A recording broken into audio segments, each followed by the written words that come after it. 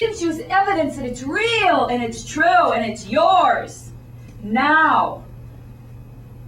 You know, I remember the moment, you know, we all pray for, oh, I need faith, I need big fat faith. I don't have it. Where is it? Seeking for it, whatever. One day I don't know what I'm doing, reading something, I'm just like this. And all of a sudden he just gives me this strange sensation, strange manifestation. I feel like this tree grew out of my body, this, whoa. And I'm like, what is that? What in the world is that thing? There's this growth, like this thing grew and screamed. I screamed, blood-curdling scream. I'm so glad my daughter wasn't in the house. Because it was the strangest manifestation. This was the strangest. I got this big fat thing growing out of me. It's like a huge tree, and it just got bigger and bigger and bigger, and I'm like,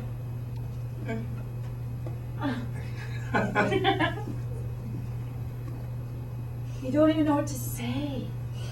I'm like, is this faith? Is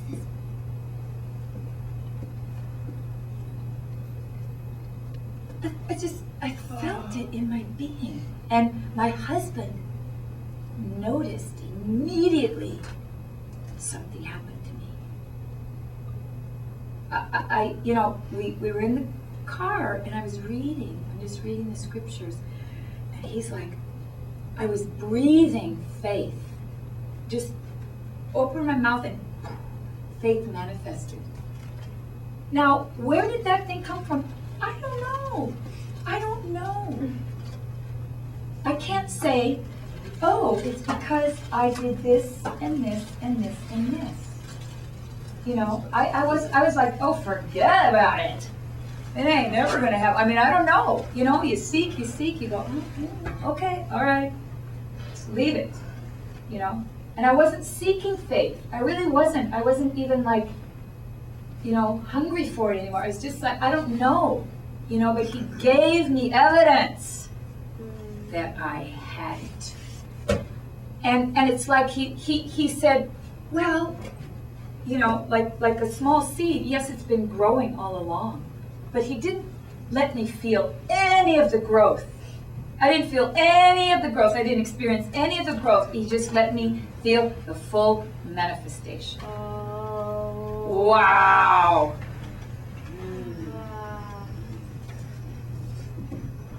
You know, another time, I remember in the early years of just the renewal, I'm just sitting on my couch somewhere, and all of a sudden I just have a realization.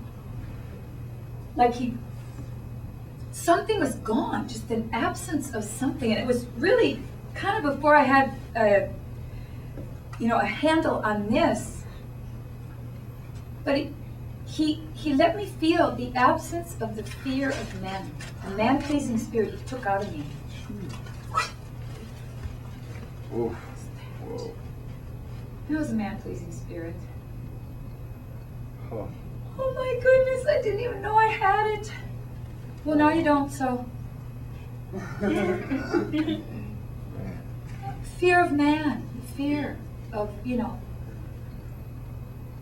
Because I lived under that. I lived under it, but I didn't realize, I just didn't realize anything. And I wasn't fasting it out of me. I wasn't praying it out. I wasn't trying to rebuke it and conquer it. No, he just did it.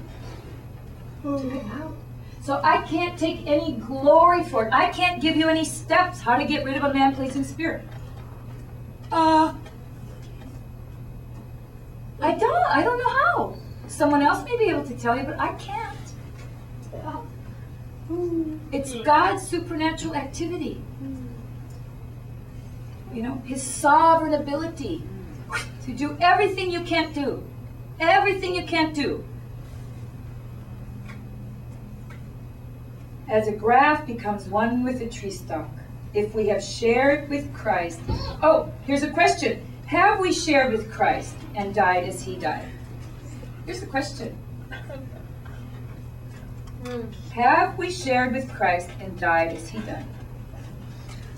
You mean that you don't live in sin any longer? Here's another answer. Here's another answer that you can give somebody.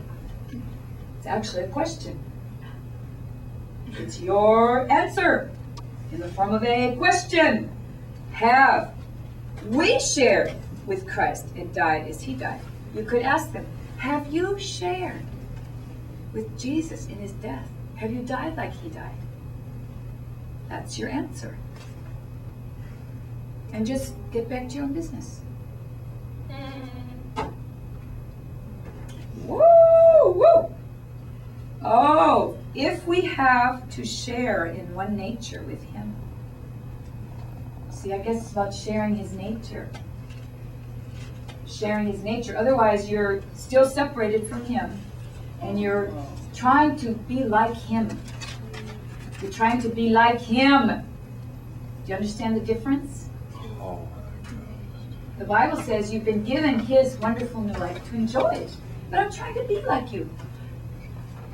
I'm giving you my wonderful new life to enjoy. It's my life. I'm giving it to you. But I'm trying to be like Jesus. When Paul says be imitator of me, he's talking about being a father to a son. He's saying, you want to have disciples?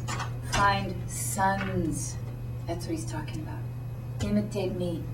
Make sons, not disciples, make sons. And that means relationship. That means long time. That means spending time. Yeah. He says, make sons. That's what he meant there. Wow. If we have been engrafted into the likeness of his death.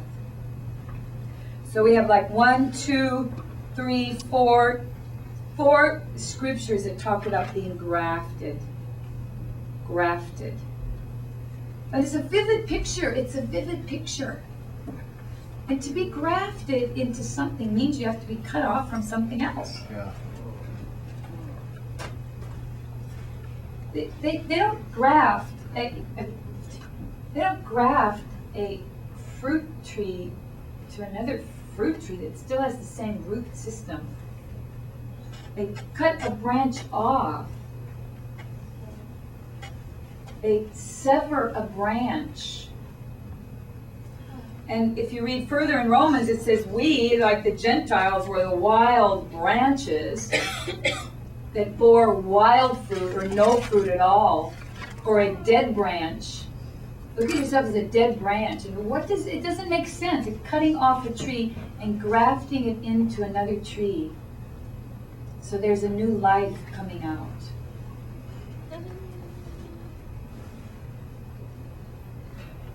You know, every picture painted, we are called participationists. We participate with Christ, in him. This revelation is sustained and feasted on only in him. Only in him. There is no place to be away from him or alone. If you are, you're independent. And that's the very thing that Satan wanted from the very beginning. I want to be independent. Oh my gosh. How? Goes back to the very beginning. He said, I want my own. I want my own. Wow. If you have your own, he withdraws his presence. He withdraws his presence. That's what it is. And so that man would not remain forever in that condition without God's presence, he put him out of the garden. They couldn't remain forever in that condition because he wanted men with him. Being conscious that our old man was put to death on the cross with him. so that the body of sin might be put away, and we might no longer be servants of